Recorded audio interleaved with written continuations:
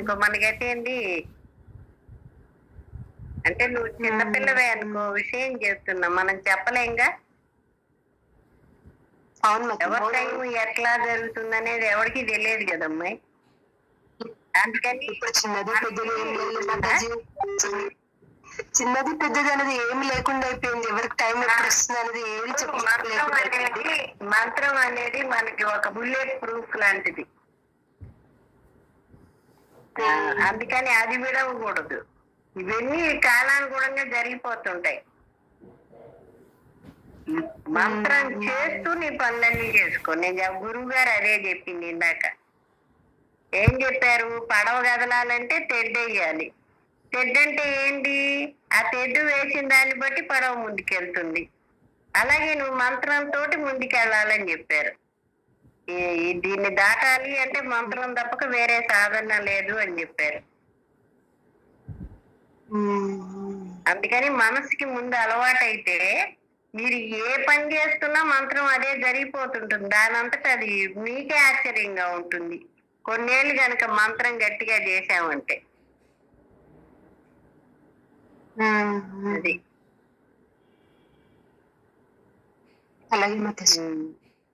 కష్టమే. ఎందుకంటే ప్రపంచ వ్యవహారాల్లో మునిగిపోయినటువంటి మనసుకి మంత్రం చేయడం ఇష్టం ఉండదు. దానికి ఏదో ఒక అడ్డంకి చెప్తుంది అది. కానీ ఏంటి, మనల్ని రక్షించేది ఇవేవి రక్షించవు. ఇక్కడ రేపొద్దు మన శరీరం వదిలేటప్పుడు ఎవడొస్తున్నాడు మనతోటి? ఎవరన్నా వస్తున్నారా? ఇప్పుడు మన ఇంట్లో మన పెద్దవాళ్ళందరూ పోయారుగా, వాళ్ళతో మనం పోయామా? మనల్ని ఎంతో ప్రేమించారు వాళ్ళు, పనులు చేసి పెట్టారు, డబ్బులు సంపాదించి పెట్టారు, ఎన్ని చేశారు వాళ్ళు. మన శరీరాలు కూడా అంతేగా. అందుకని ఏంటంటే అట్లాని ఇవన్నీ ఎవరితో డీప్ గా చెప్పేది కాదు. ఇంట్లో వాళ్ళతో ఎవరికి ఎవరు చెప్పక్కర్లా ఈ మాటలు. మన వరకు మనకి మైండ్ కి అప్లై చేసుకొని, గురువు గారు తేలిగ్గా చెప్పారు, కూర్చున్నా మడుకున్నా మంత్రం వదలద్దు. ఇందాక అమ్మాయికి సులోచనకి అదే చెప్పారు. నామం ఆపకుండా చెయ్యమ్మా, విడవకుండా చెయ్యి, అదే నీ డ్యూటీ అని చెప్పారు.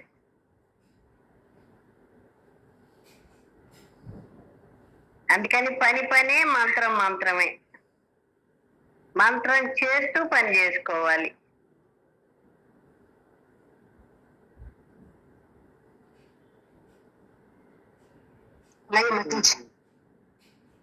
కాస్త కష్టంగా ఉంటుంది మొదట్లో, ఇసుగ్గా ఉంటుంది. ఇది ఎక్కడ గోలరా దేవుడా అనిపిస్తుంది మనసుకి. అది ఇష్టపడదు. ఎందుకంటే దానికి ప్రపంచం మీద బతకడం అలవాటైంది. ఇప్పుడు చదువు మీద ఇంట్రెస్ట్ లేని పిల్లోడిని తెచ్చి బడికి పంపించి వాడిని ర్యాంకులు తెమ్మంటే వాడికి ఎంత కష్టం చెప్పండి. అవునా కాదా? ఇది కూడా అంతే. ఇప్పుడు రోజు స్వీట్లు తినేవాడిని కాకరకాయలు, పచ్చి కాకరకాయలు కోరికి తినరా అంటే తింటాడా వాడు? చెప్తున్నానమ్మా ఈ మాట. ఎగ్జాంపుల్స్ బాగుంటాయి మాతాజీ, మీరు చెప్తుంటే బాగా అనిపిస్తుంటది. అసలు విషయం చెప్తున్నా. కాకరకాయలు తినమంటే హాయిగా మైసూరు పాకులు ఎన్నైనా తింటాం, కానీ కాకరకాయలు ఎవడు ఇష్టపడతాడు? పచ్చి కాకరకాయలు. అదే దానికి ఒకటి చెప్తారు ఏంటంటే, ఈగ వీటి మీద మలిన పదార్థాల మీద వాళ్తుంది కానీ నిప్పు మీద వాలదు కదా. అంటే మనసు కూడా ఏంటంటే అవసరం లేని వాటి మీద వాళ్తుంది. అది దానికి ఎక్కడ లేని వ్యవహారాలు కావాలి దానికి. చూడండి ఇప్పుడు మన ప్రపంచంలో ఎన్ని చూడట్లా, మన మనసు కూడా అంతేగా. దీనికి అక్కర్లేనిది ఏది? నలుగురిలో పోతే ఎవడే టాపిక్ మాట్లాడుతున్నా వీడికి తెలుసని దాంట్లోకి దూరతాడు వీడు. అవునా కాదా? అంతా వీడికి అవసరమా? కానీ దాని లక్షణం అది, దానికి ఉండే జబ్బు అది. వీడికి తెలిసినంత వరకు వీడు మాట్లాడతాడు, వీడిని అడక్కపోయినా వాడు దాంట్లో ఇన్వాల్వ్ అవుతాడు కదా. అవును అవును అవుతారు. మరి ఇదంతా ఏంటంటే మనసుకు పట్టిన చెదలు లాంటిది అమ్మాయి. ఇదంతా వదలాలంటే ఒక మంత్రంతో తప్పక దేంతో వదలదని చెప్పేశారు గురువు గారు.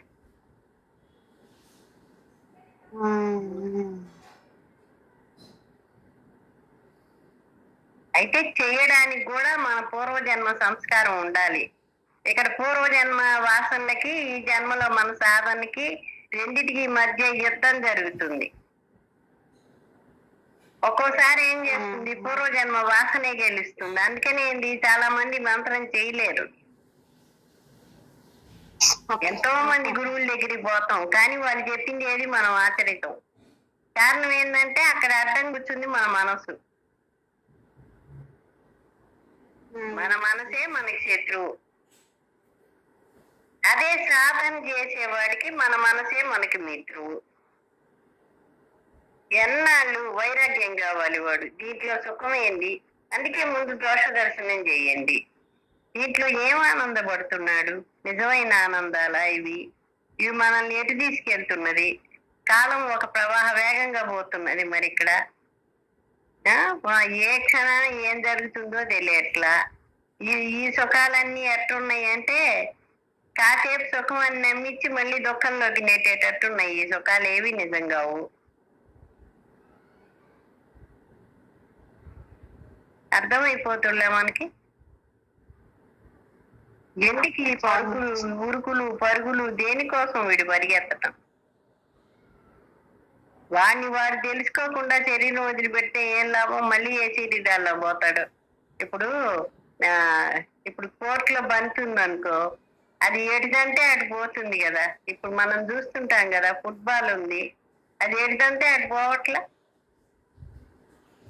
అదే మళ్ళీ ఈ కోర్టులో నుంచి బయటపడితే దేవుడు ఎటు దంతాడో తెలియదు. మన కర్మ వాసనలను బట్టి ఏ జన్మకు పోతామో తెలియదు, ఎక్కడ పడతామో తెలియదు. అందుకనే సాధన మటుకు వదలకూడదు. సాధన చేస్తుంటే కనీసం మంచి చోట, ఇలాంటి వాతావరణం ఉన్న చోట అన్నా పడతాం. ఇలాంటి వాతావరణం లేని కుటుంబాలు ఎన్నో ఉన్నాయి, మనకి తెలిసే ఉన్నాయి కదా. ఏ తక్కువ కులంలోనో ఎక్కడో పుట్టేశారనుకోండి, అసలు అనుకున్నాం కాసేపు మనం అందరం. అప్పుడు అక్కడ ఈ సాధన చేసుకునేటువంటి అవకాశం గాని, అది తెలుసుకునేటువంటి అది తెలుసుకునే అవకాశం ఉన్న జన్మలు కూడా ఉన్నాయి. తెలుసుకోలేని జన్మలు ఎన్నో ఉన్నాయి ఇక్కడ. అలాంటి చోట్ల పడితే ఏంటి మన పరిస్థితి? అందుకని 84 లక్షల జీవరాశుల్లో మానవ జన్మ అత్యంత ప్రాముఖ్యత కలిగింది. ఇది పోతే మళ్ళీ రాదు.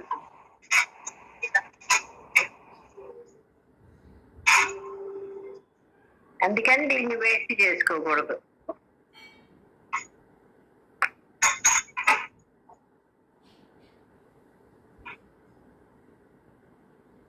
అదే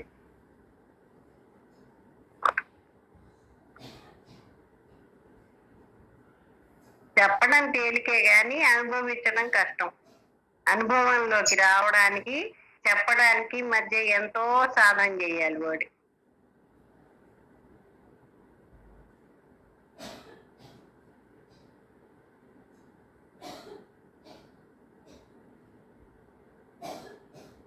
సరస్వతి, ఏదైనా పుస్తకం చదువుతావు అమ్మాయి? షాప్ లో ఉన్నానమ్మా, డిస్టర్బ్ గా ఉంటది అమ్మా. సరే సరే, చదవమంటే ఉన్నది కానీ చదవమంటే చదువు, డిస్టర్బెన్స్ గా.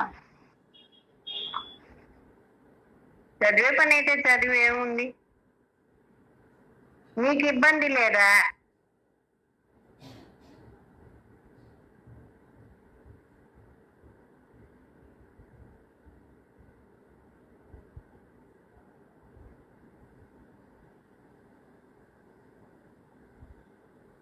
హలో ఆంజనేయులు గారు, చెప్పండి. నమస్కారం అండి. నమస్కారం అమ్మ. నమస్కారం నమస్కారం. చదవమంటారా పుస్తకం? చదవండి చదవండి, ఒక అరగంట చదవండి. 12:30 అవుతున్నది కదా, 1 గంట దాకా చదివితే ఆపేద్దాం.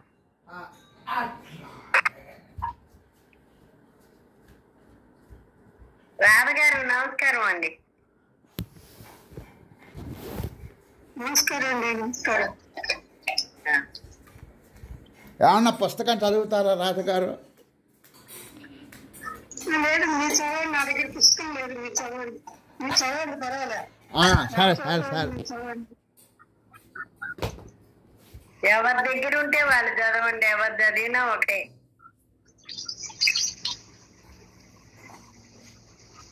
అంటే బలాన్ చోట నుంచి అని లెక్క ఉంటుంది కదా, అందుకని అన్నానులేండి. ఇప్పుడు బలాన్ పేజీ నుంచి చదువుతుంటారు కదా, అందుకని అడిగాం.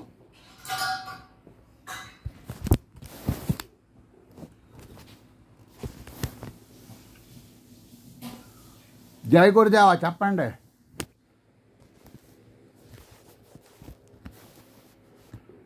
జై గురుదేవా. నేనే చదువుతామన్నాను. మీరే చదువుతారా? నీవు నీ మనసుని ఎల్లప్పుడూ పనిలో వినియోగించు. దానికి పని లేకుండా ఉంచవద్దు. జీవితాన్ని గంభీరంగా గడుపు.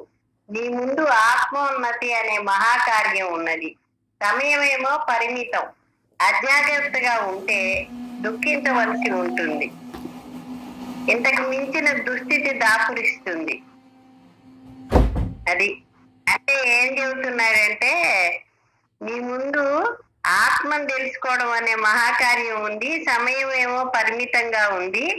అజాగ్రత్తగా ఉన్నామంటే దుఃఖించాల్సి ఉంటుంది. కాబట్టి ఎప్పుడు కూడా నీ మనసుని పనిలో ఉంచు. అంటే ఏం పని? వాడెవడో వాడు తెలుసుకుంటే పనిలో ఉంచితే గనక చేరాల్సిన గమ్యం చేస్తాడు.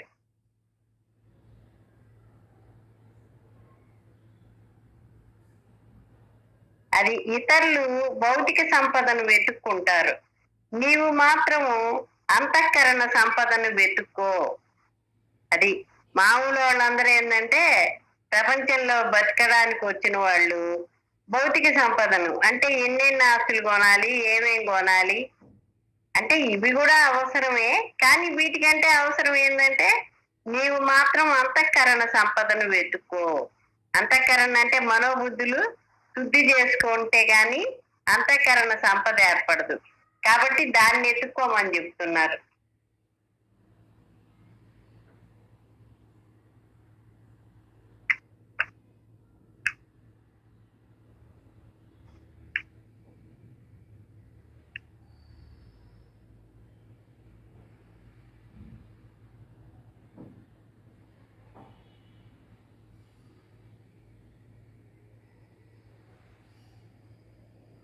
నిరంతరం సత్సంగంతో వివేకము విశ్వాసము ఏర్పడతాయి.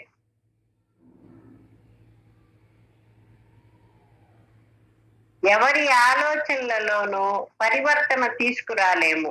తర్క వితర్కాల వల్ల ఉపయోగం లేదు. అది ఎవరి ఆలోచనలను వాళ్ళు మార్చుకోవాల్సిందే గాని మనం మటుకు ఎటువంటి పరివర్తన తీసుకురాలేము. దీని గురించి వాదించి ఏం మాట్లాడినా కూడా ఉపయోగం ఏం లేదని చెప్తున్నారు.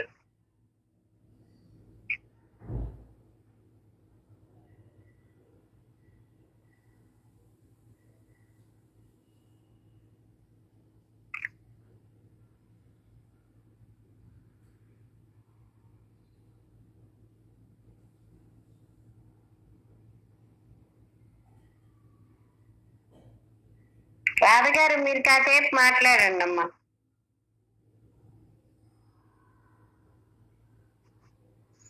ఏముందండి, అందరు కూడా అంటే మనసు శుద్ధి చేసుకుంటూ ఉండాలి. ఎందుకంటే అది విషయాలకి దృశ్య ప్రపంచానికి బాగా అలవాటు పడిపోయింది. అది ఇక్కడ ఆధ్యాత్మికంగా అహం బ్రహ్మాస్మి పరమాత్మ దానికి అది ఎన్నో జన్మల నుంచి వచ్చింది కదా, దానికేమో ఇది ఒప్పుకోదు. నేను బ్రహ్మను ఏమిటి, నేను నాది ఉంది, దీన్ని వదులుకుని ఎట్లా వస్తాను, నాకు ఇన్ని వ్యవహారాలు ఉన్నాయి, నాకు సంసారం ఉంది, నాకు బాధ్యతలు ఉన్నాయి అని చెప్పి బాధపడతారు. ఎవరికి వాళ్ళకి అట్లా ఉంటుంది. కానీ ఏంటంటే సంసారం బాధ్యతలు అన్నీ ఎప్పుడు ఉంటాయి. కానీ నిత్యం మనం ఏంటంటే ఇక్కడికి వచ్చాం, అహం బ్రహ్మాస్మి గురువు గారి దగ్గర ఒప్పుకున్నాం. ఒప్పుకున్న తర్వాత మనం ఏం చేయాలంటే దీంట్లో ఉండిపోవాలని ప్రయత్నించాలి. అంటే చెప్పినంత ఈజీ కాదు, కానీ ఏంటంటే ఉండడానికి ప్రయత్నిస్తూ ఉంటే అది రావడానికి ఆస్కారం, మన దాంట్లో ఉండడానికి ఆస్కారం ఉంటుంది. దానికి మనం ఏం చేయాలంటే మనసు అన్నది చాలా అసలు మన ధ్యానానికి కూడా కూర్చోలేదు, అది పరిపరి విధాలు వెళ్ళిపోతూ ఉంటుంది. ఎందుకంటే తిరగడం అలవాటు అయింది కదా, దాన్ని వాయువుతో పోలిస్తారు, కోతితో పోలిస్తారు. కోత దగ్గర ఉండకుండా ఎట్లా గెంతులేసిపోతుంది, వాయువు కూడా అంత విపరీతంగా బయటికి వెళ్ళిపోతూ ఉంటుంది, వీస్తూనే ఉంటుంది గాలి.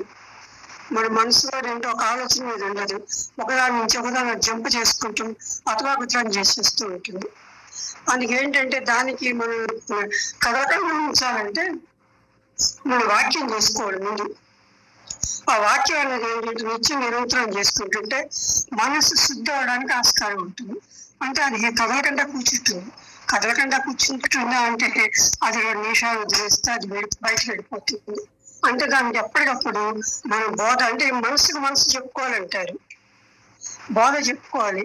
ఇన్నాళ్ళు తిరిగి నీతో పాటు ఊళ్ళని తిరిగాను, ఇప్పుడు పూర్వజన్మ పుణ్యఫలంతో నాకు గురువు గారు వరలక్ష్మి గారు దొరికారు, నేను అహం బ్రహ్మాస్మి అని చెప్పారు, నేను ఒప్పుకున్నా. నేను ఇంకా తిరగను, నువ్వు నా జోలికి రాక, నన్ను బయటికి రాగదు, నాకు సహకరించు. ఎందుకంటే మనసు సహకరిస్తేనే మనకి దీంట్లో ఉండగలుగుతాం.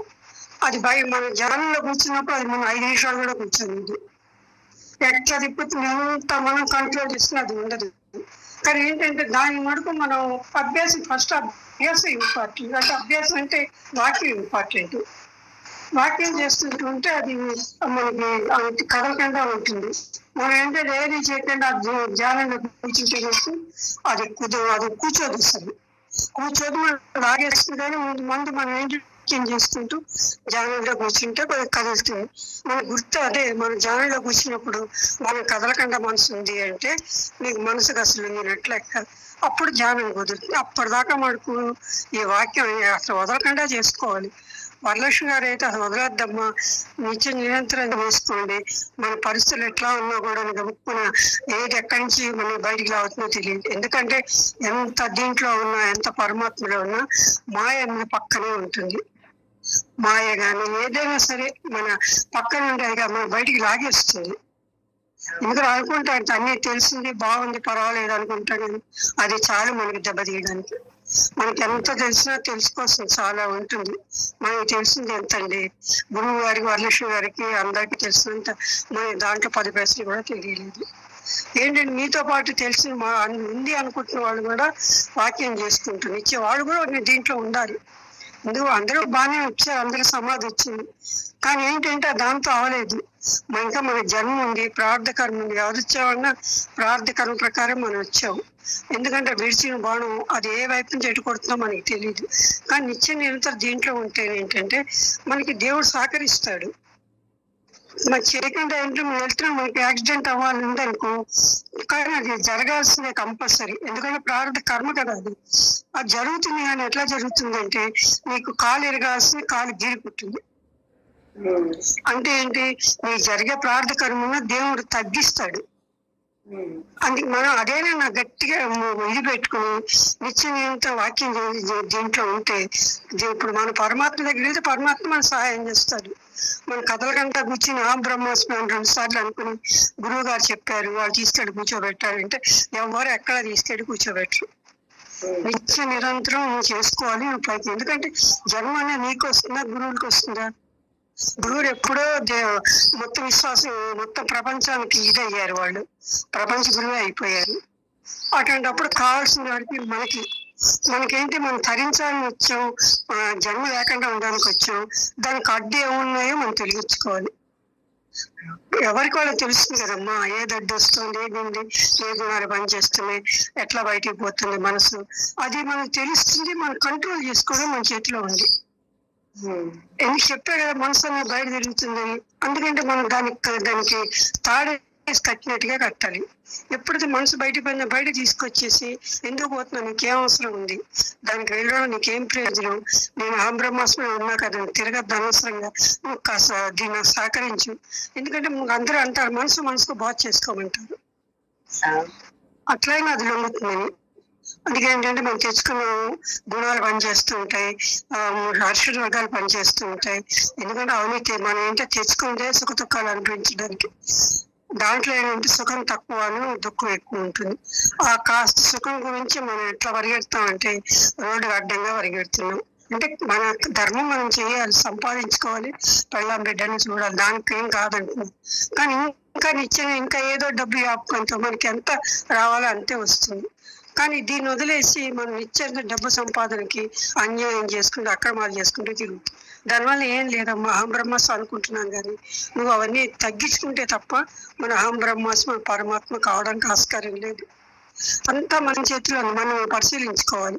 ఎందుకంటే ఎవరి అంతఃకరణ ఎట్లా ఉందో, ఎట్లా శుద్ధి చేస్తుంది, ఎట్లా తిరుగుతుంది అని చెప్పి ఎవరికి వాళ్ళు గమనించుకుంటూ తిరగాలి.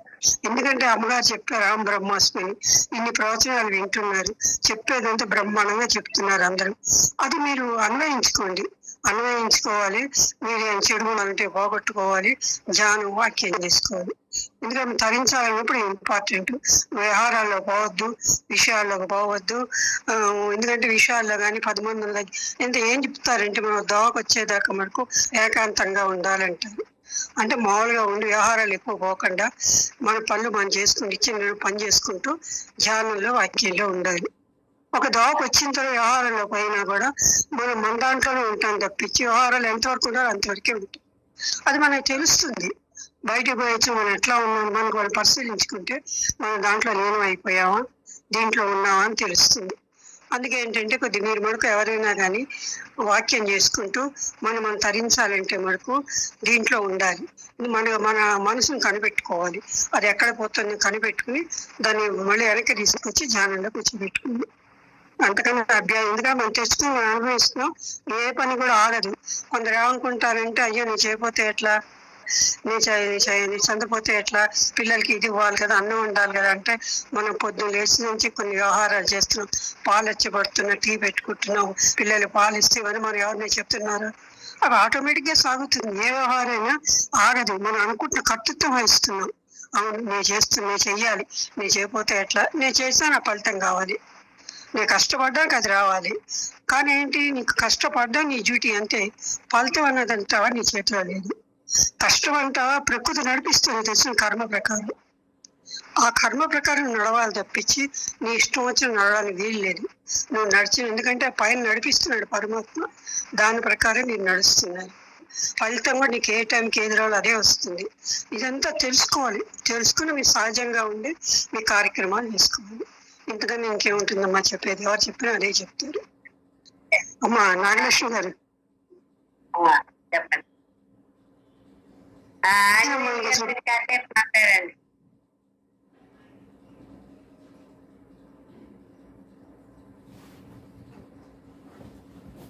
హలో, ఎవరినండి మాట్లాడమంది? మీరేమన్నా మాట్లాడండి. నన్నేనా?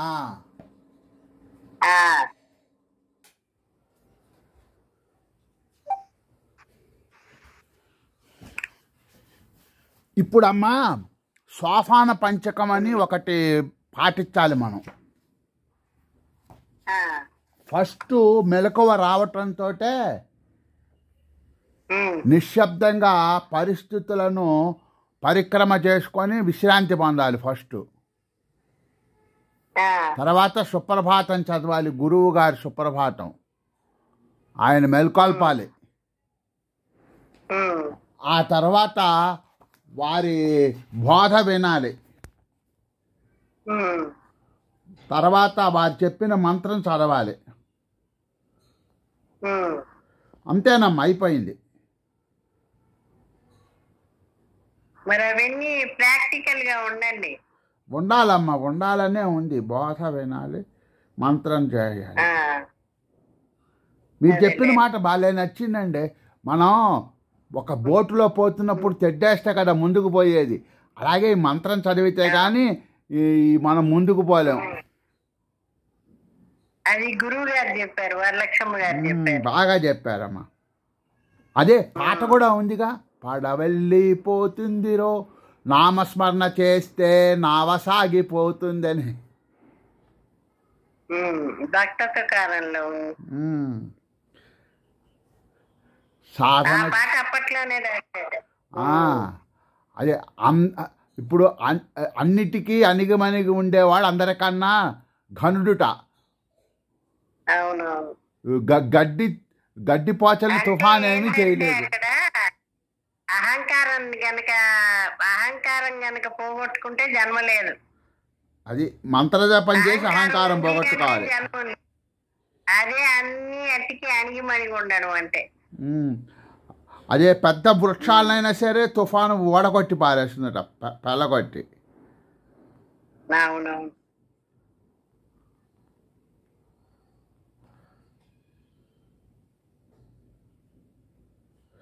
నిన్నండి అన్నమయ్య జయంతి, బుద్ధ జయంతి, మరి కూర్మావతారమైన విష్ణుమూర్తి జయంతి 3 కలిసి వచ్చాయండి. నరసింహ జయంతి నిన్న. కూర్మ జయంతి అండి 2 రోజుల క్రితం లేదు నరసింహ జయంతి. ఇంకే 4 జయంతులు కలిసి వచ్చాయి. బాగా మంత్రం చేసుకోండి. అలాగేనమ్మా, ఆ మంత్రం చేసుకోవాలని అడుగుతాము. దాంతోపాటు దానికి కావాల్సిన శ్రద్ధ, విశ్వాసము, శక్తి అవి కూడా మీరే ప్రసాదించాలమ్మా. నాకు తక్కువైపోయాయని వేడుకోవాలి ఆ పరమాత్మని.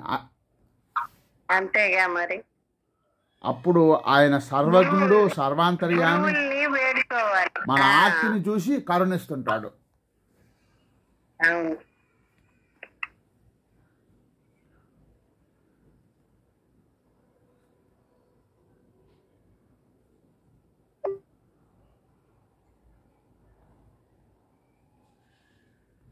నాకు మంత్రం చేస్తున్నా అమ్మాయి.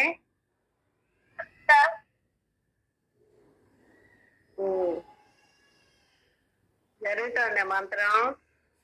జరుగుతుంది.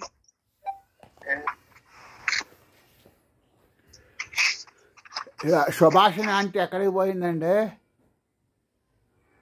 ఏదో కార్యక్రమం ఉంది, వాళ్ళ అమ్మగారిది సంవత్సరీకం ఉంటే వెళ్ళారు. అమ్మగారి సంవత్సరీకం అది ఎక్కడో.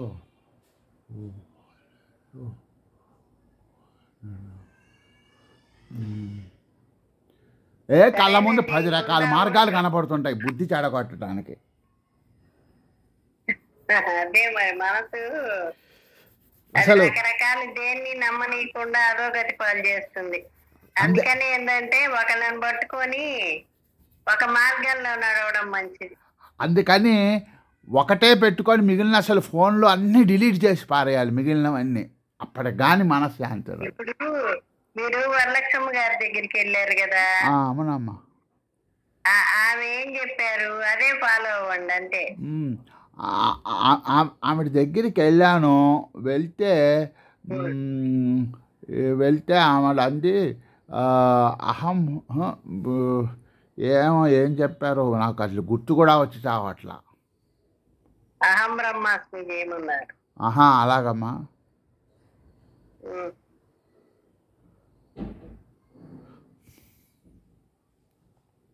ఇప్పుడు అహం బ్రహ్మాస్మి అనే వాక్యం విచారణ ఉంటుంది కదండి, మహావాక్య విచారణ. ముందు మీరు మంత్రం చేస్తుంటే తర్వాత అదే అన్ని తీసుకెళ్తుంది మిమ్మల్ని. సరేలే అమ్మా, అలాగే. ముందు మీరు చేయడం మొదలు పెడితే ఆ మంత్రమే అన్ని తీసుకెళ్తుంది. మీకేమేం చెయ్యాలో అదే చేస్తుంది. ఇప్పుడు రైలు ఎక్కి కూర్చుంటే మిమ్మల్ని చేర్చాల్సిన చోటు చేరట్లే టికెట్ కొని. అవునమ్మా, అవును. మంత్రం కూడా అట్లాంటిదే మరి. అట్లాంటిదే.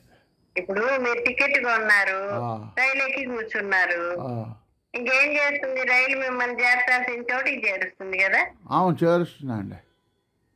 మంత్రం కూడా అంతే. గురువు దగ్గరికి వెళ్ళారు, మంత్రం చేసుకోమన్నారు. కూర్చున్నా, పడుకున్నా, నిలబడ్డా నామం ఆపకుండా చేసుకోండి అమ్మా, మంత్రం ఆపద్దు అని చెప్పారు. అలా మీరు చేయగలిగితే మీ మనసుని నిలబెట్టుకొని అప్పుడు ఫలితాలు అదే వస్తాయి. ఏమంటే అమెరికా నుంచి ఆవిడ మనవరాలు వచ్చిందన్నారు. వచ్చారు, వెళ్ళారు ఊరికి, మళ్ళీ వెళ్ళింది అమ్మాయి. వెళ్ళిపోయారా? అప్పుడు నాకు పుస్తకం ఇస్తూ నాయన మా మనవరాలకు కావాలని మళ్ళా తెచ్చి ఇమ్మన్నది. తెచ్చి తీసుకెళ్ళి ఇచ్చొచ్చా. ఇస్తే పాపం సంతోషపడ్డాను అమ్మగారు.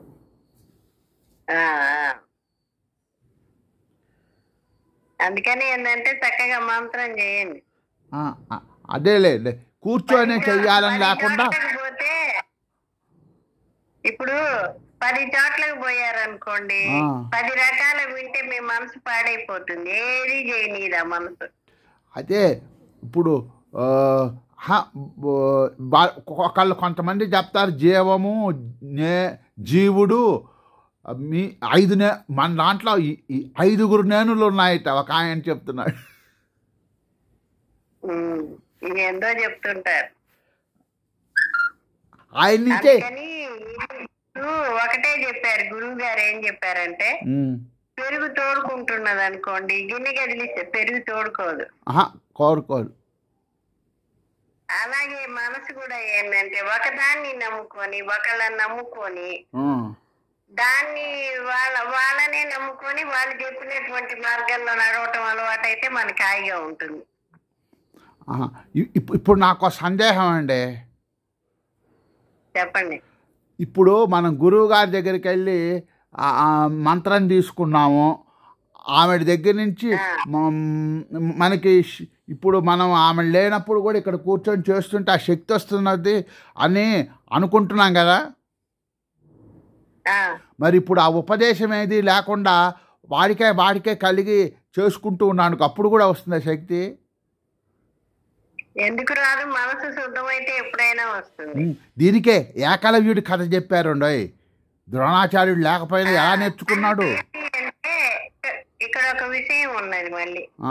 కానీ గురుముక్త తీసుకుంటే గురువు రక్షణలో ఉంటాడు వీడు ఎప్పుడు కూడా. ఇప్పుడు ఆత్మే గురువు కింద నిలబడ ఉన్నాడు అనుకోండి, ఎండా వాన ఏదొచ్చినా గొడుగు భరిస్తులే, భరించదుగా. గురువు గొడుగు లాంటి వాడు. మరి గురువు గొడుగు లాంటి. ఈ మంత్రాలు ఏవైనా సరే గురుముఖతానే తీసుకుంటే మంచిది.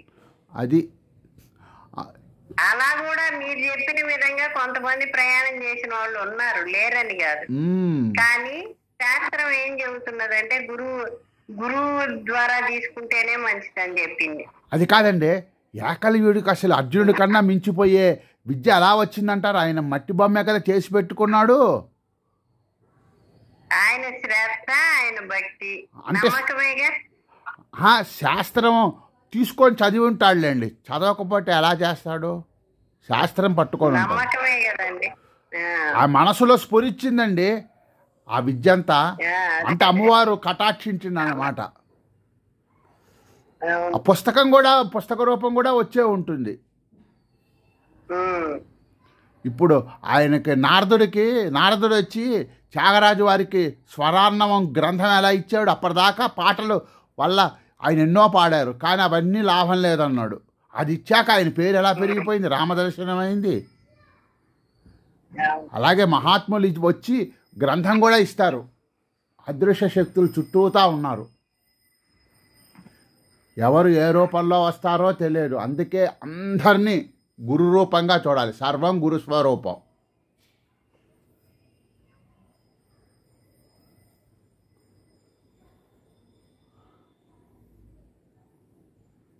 ఏమండి, గురుపాదకా స్తోత్రం చదివి అర్థం చెప్పుకుందామా?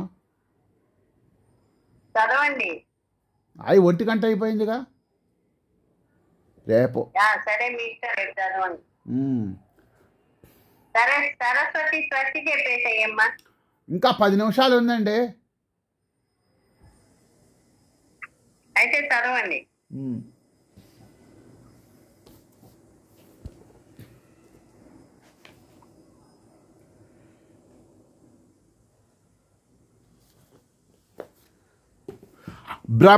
బ్రహ్మానందం పరమసుఖదం కేవలం జ్ఞానమూర్తిం ద్వంద్వాతీతం గగనసదృశం తత్వమస్యాధిలక్ష్యం ఏకం నిత్యం విమలమచలం సర్వధీ సాక్షిభూతం భావాతీతం త్రిగుణరహితం సద్గురుం తం నమామి. దీని అర్థం చెప్పండి.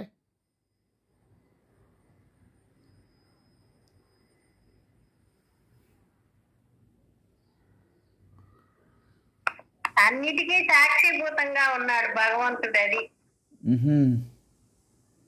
ఆత్మరూపంగా ఉండి సాక్షిగా ఉన్నాడు. ఆత్మరూపంగా ఉండి సాక్షి. మనం కూడా ఆ సాక్షిగా ఉంటే సరిపోతుంది. అంతే అంతే. ఆనంద రూపంగా ఉన్నాడు, సాక్షిభూతుడుగా ఉన్నాడు. ఆయన దేనికి అంటబడట్లే. ఇప్పుడు నట్టింట్లో దీపం పెడితే ఆ దీపం దేనికి అంటుకుంటున్నది? ఆయన కూడా అలాగే ఉన్నాడు. ద్వంద్వానికి అతీతంగా ఉన్నాడు. 3 గుణాలు రహితంగా ఉన్నాడు. సత్వరజస్తమో గుణాలకి అతీతంగా ఉన్నాడు. ద్వంద్వాలు లేవు ఆయనకి. సుఖము దుఃఖము ఈ ప్రపంచం ఉన్నదని లేదని ఆయనకి ఏం సంబంధం లేదు.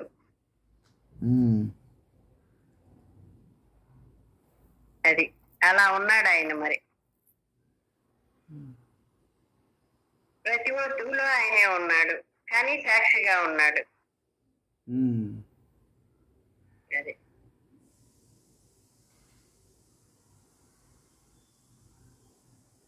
జ్ఞానమూర్తిగా ఉన్నాడు. అంటే జ్ఞానం మటుకు ఎప్పుడు నిలకడగా ఉండేది కాబట్టి ఆయన అలా ఉన్నాడు. జ్ఞాన స్వరూపంగా ఉన్నాడు ఆ భగవంతుడు. ఈ జ్ఞానంలోనేటంటే మనకి అన్నీ కనపడుతున్నాయి. సూర్యుడు దాకా వ్యాపించున్నంట మనం, అందుకే సూర్యుడు కనపడుతున్నట్ట.